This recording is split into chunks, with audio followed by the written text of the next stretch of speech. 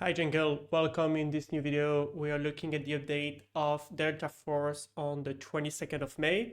A lot of good things are coming, a lot of changes on operators and weapons. Let's dive in. So first update on the game is for the Blackout Dawn solo mode. That mode was available, but it was only with matchmaking and you had to play with teammates. This is the story mode.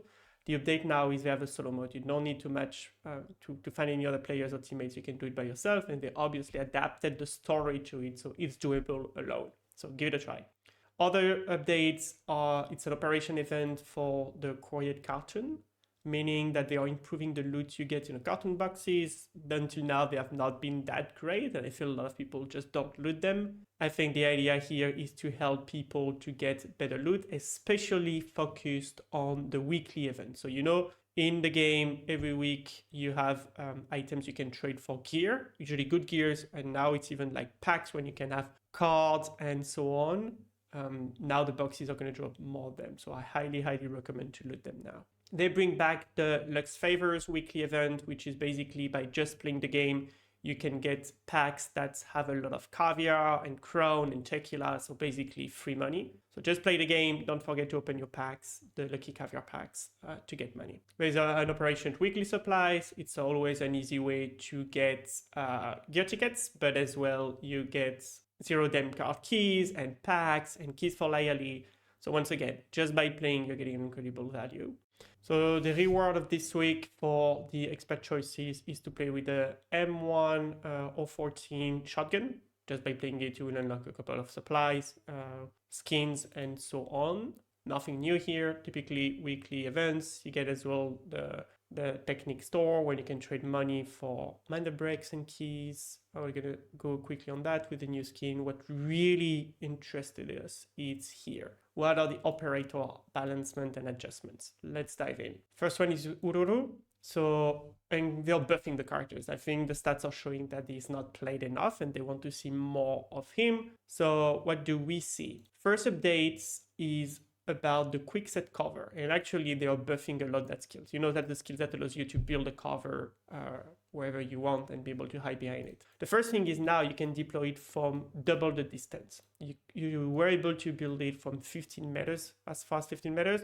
Now it's up to 30 meters. So you can build the wall much further. The second thing is the generation. Before it was taking about 5 seconds for the wall to be generated, the cover to be generated. Now it's 2 seconds. So basically you can do it from further, you can go do it faster, and they are as well increasing the durability. So basically they're making it stronger. So harder to build, you can get it from further, and you do it much faster. So buffing him in a lot. So this one, the range is expanded. So they're buffing the composite incendiary, the grenade.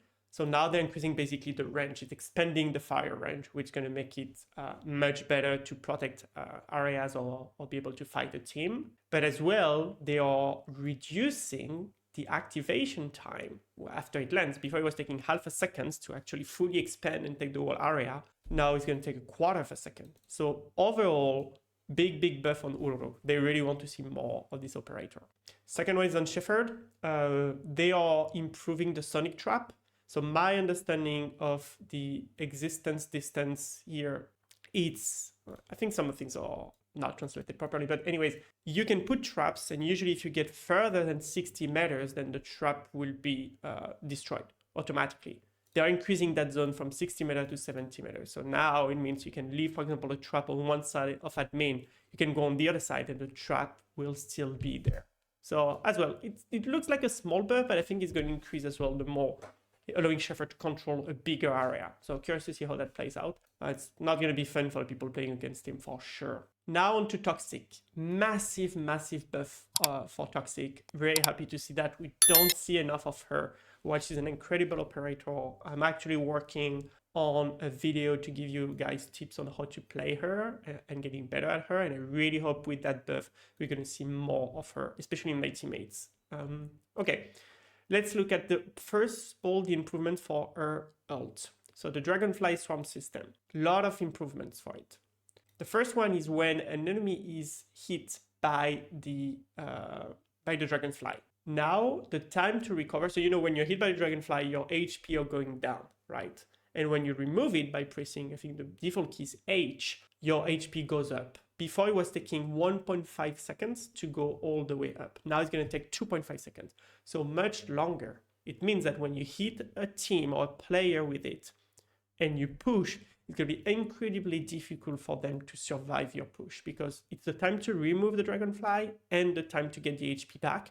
You're basically pushing someone who's going to be at least half HP. What goes with that is this update. So it's reduces the max HP. So before, when you're hitting someone with dragonfly and it was taking them a bit of time to remove it, they were going down of 55 HP. So basically they could be 45 HP max. Now they're highly increasing that. So it can remove up to 90 HP. So it means the person, the operator that was hit by the ult can be up to 10 HP. So you can really push someone who literally has no HP. If you combine that with a teammate that has a nade, you can destroy squads. So it's an insane buff when you think about it. And the other things are why they made it. So it all goes together. So basically they want the dragonfly to be much more powerful. So when you hit someone, it takes much longer for them to get back full HP. The HP goes much lower, but as well, before they were losing 5 HP per second, now they're going to lose 7.5 HP per second. They really want that when you succeed in hitting someone with it, that person is being destroyed. And it's not the easiest skill to always hit, but when you do, that's going to be very difficult for the other operator to survive. Now, onto the second skill, they are boosting the Adreno boost, the buff. So before, its duration was from 15 seconds to 25 seconds. This is massive to almost double its time. So you know when you activate that buff, well, first you're becoming very stronger. It reduces your ADS time, your flint. So basically, if someone is shooting at you, your aim is not shaking as much. And there's a third buff, which is the recoil. It's reducing a lot the recoil. Now you get that buff not for 15 seconds, but you can for 25 seconds, which gives you much longer, you and your teammate, much longer time to fight. But you know that buff is actually stacking. So every time you kill someone when you're under the buff and your teammate is the same, the next time you use it, it's much stronger. So by giving you more time to kill operators, they give you more time to actually get the opportunity to stack it. This is incredibly powerful. It comes with one drawback, one debuff. It's just you were able before to use the buff every 45 seconds. Now it's going to be every 1 minute. To be honest with you, this is a very small nerf as compared to the buff it gets. I really, really believe it's making her insanely strong for teams. Really curious to see how, I cannot wait to play her and really test it, but she was already very strong, so she's going to become even stronger. Stay tuned, I'm going to release very soon the video about how to really maximize her kit. Okay, on to Sineva. So same, they are buffing him, they are reducing the hitbox of the grapple gun and making it more difficult to break, which is great. And I think this is the bigger buffs. So they are buffing his shield. First, the window, the head window that people are trying to break all the time, they are boosting its HP, so it's going to be harder to break it. So basically, you're going to need to find an angle to kill it now. Being able to break the window is going to become much, much harder. Interesting. They have different, I didn't see that before. They have different data depending if it's on PC or if it's on mobile. But okay, 250 HP to break the window. That's going to be tough. They're reducing the stamina consumption when you use the stun with the shield, allowing then Sineva to stun even more because you're not going to get out of stamina that quick, or actually to run more behind your operators to catch them and keep stunning them. This is actually pretty strong. And then they have a fix. It seems they had some issues where the shield was not doing the proper amount of damage on AIs. Not looking at this is for warfare. Okay, onto Luna, small buff. Don't know how much of a difference it will make, but they are increasing the volt arrow range. So basically, well, actually that one can be pretty annoying.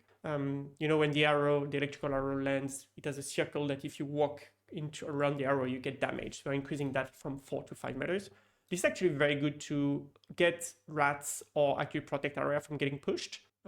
So that could be powerful. The other one is increasing the damage against AIs. And I think the main goal of that is to allow her to kill faster some of the bosses. Okay, on to Nox, 2 changes, one buff and one nerf. They're increasing the throwing distance, so now you can throw the flashes farther. They're not exactly saying how far.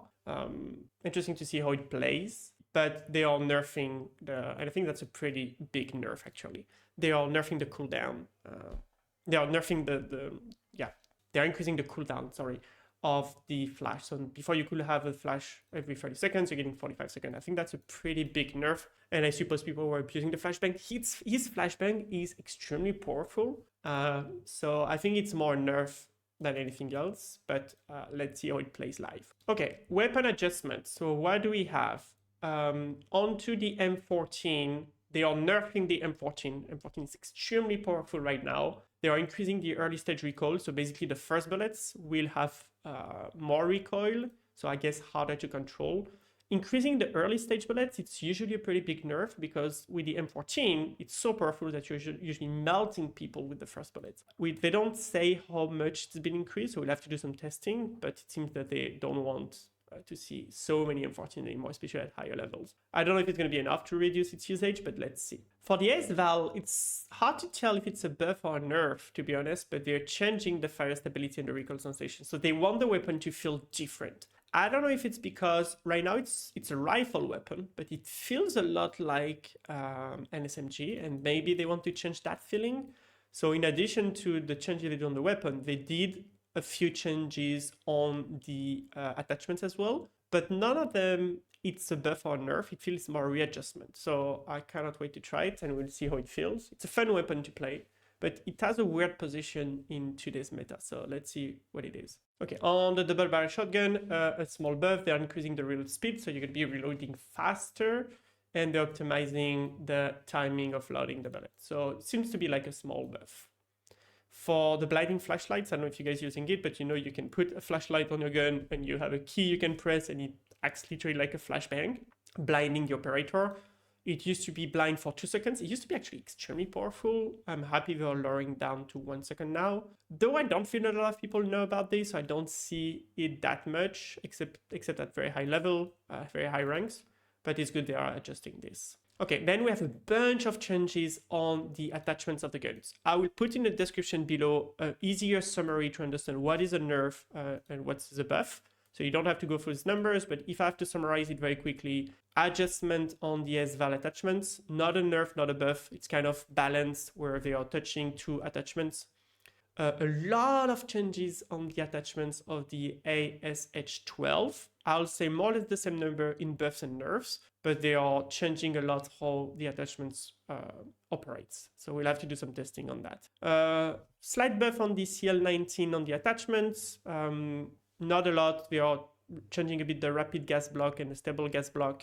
I think it's a slight buff. Complete buff on the AUG. No nerf on the attachments, but they are buffing the down 0 suppressed barrel for better control, stability, more suppression. The AUG was buffed already in the new season, and they are buffing the attachment as well. So I guess it's just going to become more and more powerful.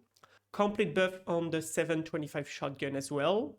So basically, they buff the base weapon, not even the attachment. It does more damage, it has a better armor penetration, so they're just buffing that shotgun and with 0 nerf. The last one is they are buffing the Vector.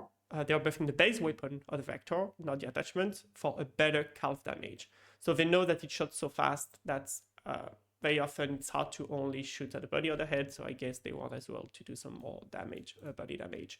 Yes, they do show the number. They increase from 0.35 to 4. Yeah, to see how much more damage it is, but that for the Vector, it's pretty powerful because you do shoot very quickly from very close range. So it's gonna buff the weapon, which is cool. We don't see that much Vector anymore, so curious to see how that plays out. Passing on the warfare updates here. Well, actually, I see that on screen. You don't see the bottom of it, the last part. But all good, guys. I'll put an image too with the details of it.